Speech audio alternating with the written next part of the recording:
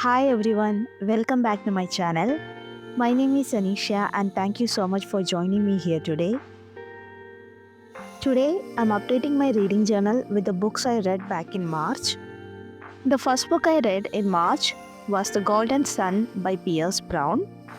I'm dedicating an entire spread in my journal for this one. I already printed out some fan arts for the book I found on Pinterest and I'll be pairing it with some scrapbook papers. And that's a plan for the decor. Now, about the book, this is the second installment in the Red Rising saga, and it dives even deeper into the world of political intrigue and power struggles. Darrow is now fully immersed in God's society, facing even greater challenges. The stakes are higher and the battles are more intense, and he continues to rise through the ranks while maintaining his cover. So, this was a great follow up to the first book. The story keeps its fast paced, action packed energy, making it just as engaging as Red Rising. We pick up a couple of years later, with Darrow now 20 years old. We also meet some new characters, and a few of them are particularly interesting. Victra, for example, really stood out to me. As expected, the book is filled with twists and surprises that keep the tension high. One major reveal involving Ares genuinely caught me off guard. I did not see that coming. Overall, I might have liked this book even more than the first one. While I really enjoyed the faster pace and high stakes action, I also appreciated the earlier parts of the book where we see Darrow in a bit of what now moment. Like after the events of Red Rising, it seemed like he had achieved something significant, but now he's left questioning his steps. Without clear guidance from the people who first brought him into this mission, he has to figure out things on his own and how to balance his relationship, his loyalties, and his ultimate goal. So, that internal struggle made the story even more compelling. All in all, this was another fantastic read, and I'm really eager to pick up the next book. So, I gave this one a 4.5 stars.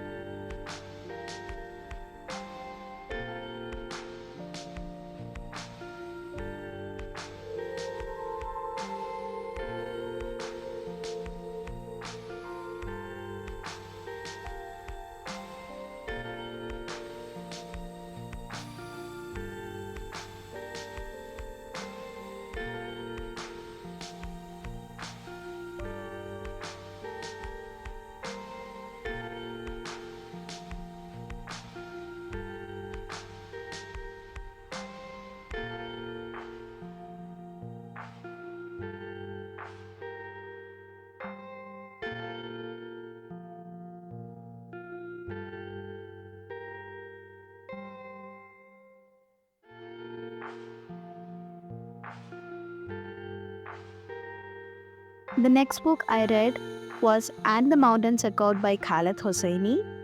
I'm doing a full spread review for this one as well. For the decor, I decided to go with a slightly more colorful theme, mostly because the book cover features shades of purple and yellow, so I picked those as my main colors for the page. I also added a few colorful feather stickers. Feathers play a small but meaningful role in the story, so I felt like they suited the spread both in terms of color and the theme. So, yeah, that's what I have planned for the decor. Now, about the book. The story follows Pari and her older brother Abdullah, who share an unbreakable bond while growing up in a small Afghan village. Abdullah sees himself as Pari's protector, willing to do anything to make her happy. But their lives take an unexpected turn when a single life altering decision separates them, sending them down completely different paths. As they grow up in different worlds, their story unfolds across continents and generations. This is the third book I have read by Khalid Hosseini, and unlike his previous works, this one takes a broader approach. Instead of focusing on a single storyline, it weaves together multiple narratives across different timelines and locations, from Afghanistan to Europe and the US. In that sense, it felt almost like a collection of interconnected short stories rather than a traditional novel, which I didn't mind at all. Hosseini's writing is as emotionally compelling as ever, but I found myself less emotionally invested in this one compared to his other books. That might be because we are constantly shifting perspective and following different characters. On the one hand, I really appreciated how deeply we got to explore each person's backstory, but at the same time, the format felt a little lacking for me because while Pari and Abdullah's story gets a closure, many of the other characters' fates are left unresolved. I was so invested in some of the characters that not knowing what happened to them felt a bit disappointing. So that's really my only complaint. I just wanted more. Other than that, this was a beautifully written book and a wonderful read overall. I really enjoyed it and I gave it a 4.5 stars.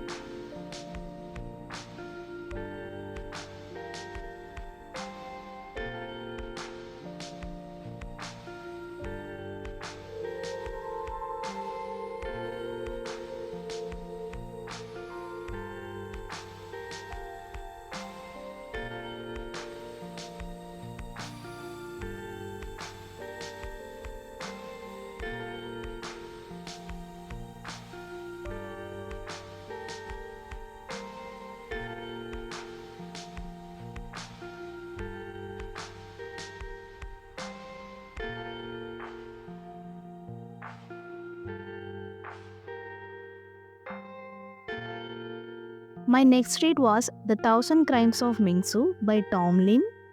For this one, I'm doing a single page review format decorated with a few washi tapes and a couple of stickers. The book follows Mingu, a Chinese American assassin, on a brutal journey of revenge across the American West. Once a hired assassin, he is now determined to take down the men who wronged him using the deadly skills he spent years honing. And along the way, he encounters a blind prophet and a group of outcasts from a traveling show, all while navigating a harsh and violent environment. So the story blends elements of Western historical fiction and a touch of magical realism. Unfortunately, this book ended up being a bit of disappointment for me. The premise sounded really interesting and I went in with high expectations, but the execution just didn't work. The pacing felt too slow and I struggled to stay engaged with the story.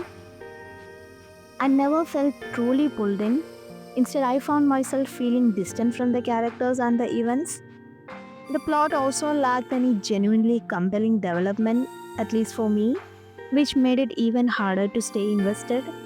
On top of that, I didn't quite connect with the writing style as well. It just didn't click. Overall, this one just really wasn't my cup of tea and I didn't find it to be a great read, so I gave it a 2 stars.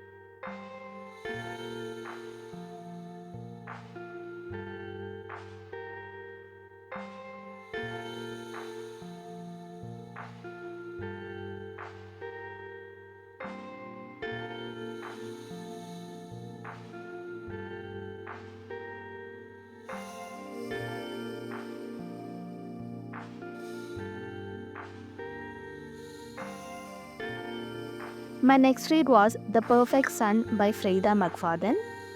I'm using a one-page review format again for this one.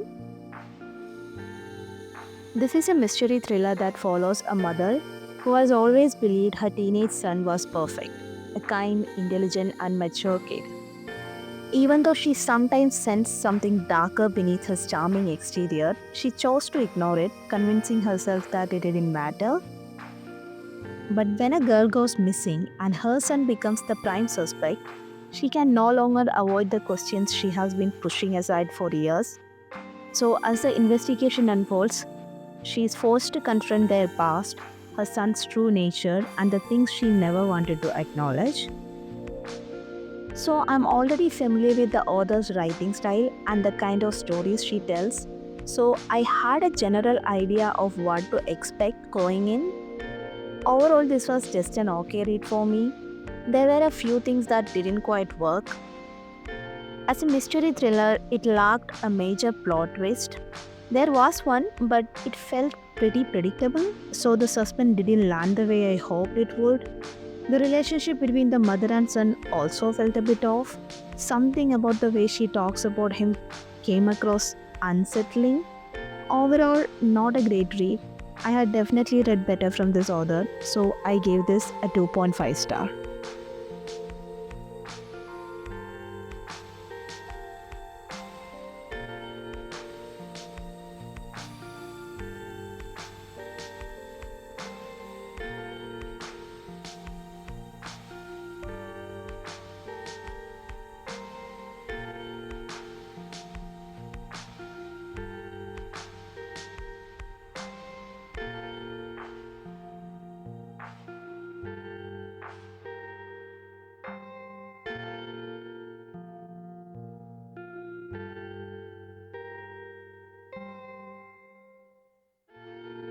My next read was Everyone in My Family Has Killed Someone by Benjamin Stevenson.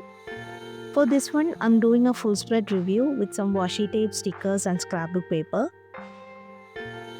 So, the book follows Ernest Cunningham, a self proclaimed writer of how to books, who finds himself at a tense family reunion in a snowy mountains. But this isn't just any reunion. Everyone in his family, in one way or another, kills someone. So, when a dead body turns up, Ernest is forced into the role of an investigator, navigating his family secrets, old grudges, and unexpected twist. The story plays with classic mystery tropes while maintaining a sharp sense of humor, making it an intriguing and unconventional whodunit, and I absolutely loved it. This was such a great read. I enjoyed almost every moment of it. The writing style was new to me, especially the way the author constantly breaks the fourth wall, directly addressing the reader. It feels like we are following Ernest's detective work in real time, and that was such a fun experience. As for the title, Everyone in His Family Has Killed Someone, it definitely is an exaggeration. Not every situation actually qualifies as a murder, but it's still a clever and entertaining premise. The humor was spot on, the writing style felt fresh, and I had no trouble following the different plot threads. The whole reading experience was really enjoyable. That said, the first third of the book felt a little slow, probably because it was setting up a large cast of the characters and laying the groundwork for the mystery. But once things picked up, I flew through the rest of the book. And now that I know this is part of a series with two more books already out, I'm definitely picking up next one soon. So overall, I gave it a 4.5 stars.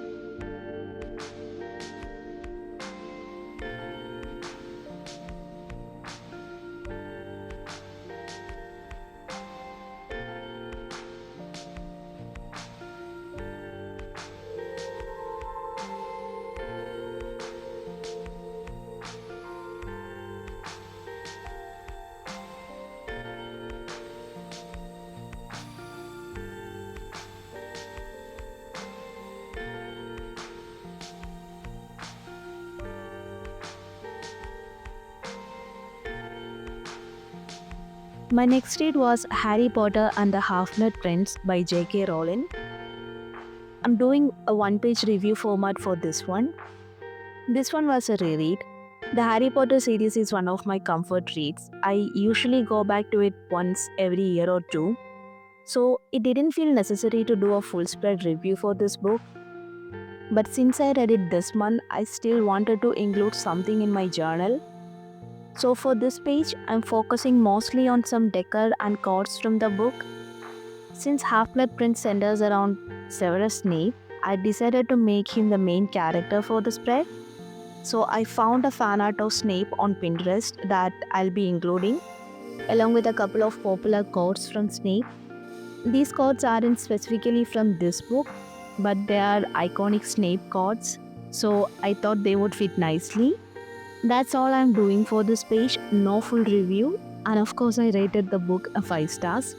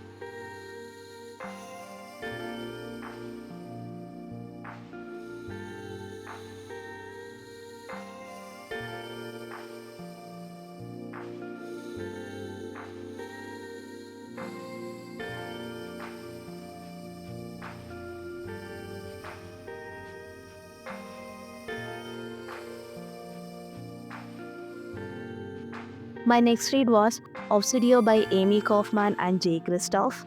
I'm using a one-page review format for this one as well. This is a third book in the Illumine Files series. It introduces two new characters, Asha and Riz, while also bringing back some familiar faces from the earlier books. I have mixed feeling about this book. Honestly, it was just an okay read for me, which pretty much sums up how I felt about the whole series. Since this was the final installment, I was hoping for a more impactful conclusion, but it didn't really land that way. The book also features a second chance romance between Asha and Riz. I didn't feel very connected to their story and found it hard to care about that part of the plot. Also, Aiden, the AI from the first book, makes a return here as well, but I honestly found those sections boring. I never really understood Aiden's strange obsession with Katie, and that entire angle didn't hold my interest. Overall, it felt like a lukewarm conclusion to a series that never fully worked for me. It wasn't bad, it just was an okay read that did not stand out, so I rated this 3 stars.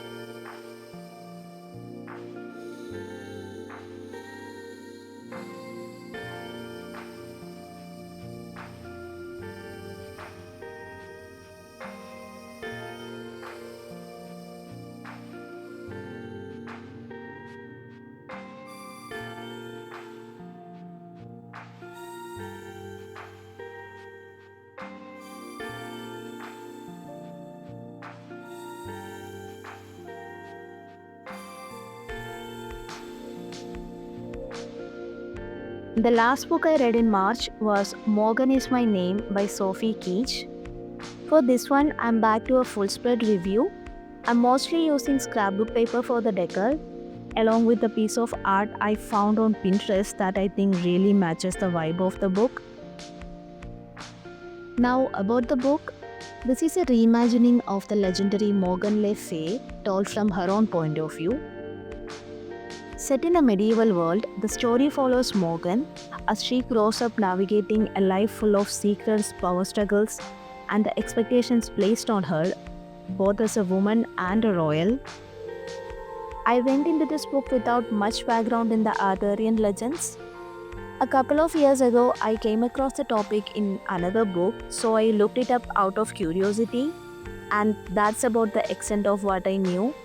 So I didn't have a real expectations about how Morgan Le Fay is usually portrayed. But the idea of a feminist retelling from the point of view of a so-called villain really intrigued me. The writing was strong, engaging, and easy to get into. I was hooked almost immediately, especially during the first third, which I found really captivating.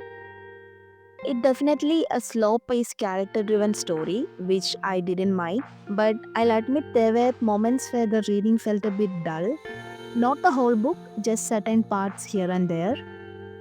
Also, I expected more interaction between Morgan and Arthur because I originally thought this was a standalone, so I kept waiting for something bigger to happen between them. It was only after I finished the book that I realized it's actually the first in a trilogy and the second book is already out. So that changed how I viewed the story a little bit. And now I'm curious to see how their relationship developed into the next part.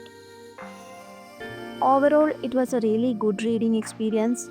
I loved the perspective, the atmosphere, and the way the story was being told. I'm definitely looking forward to continuing the series, so I gave it a 4 stars.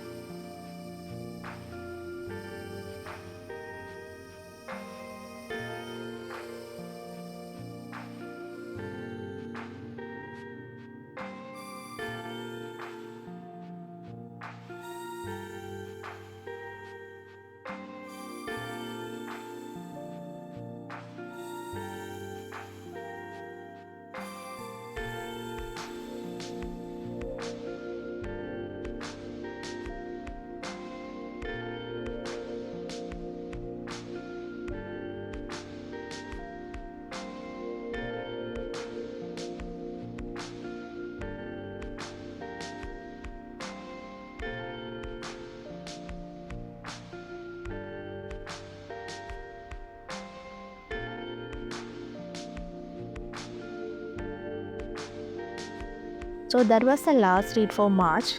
Now let's do a final flip through of all the books we talked about so far.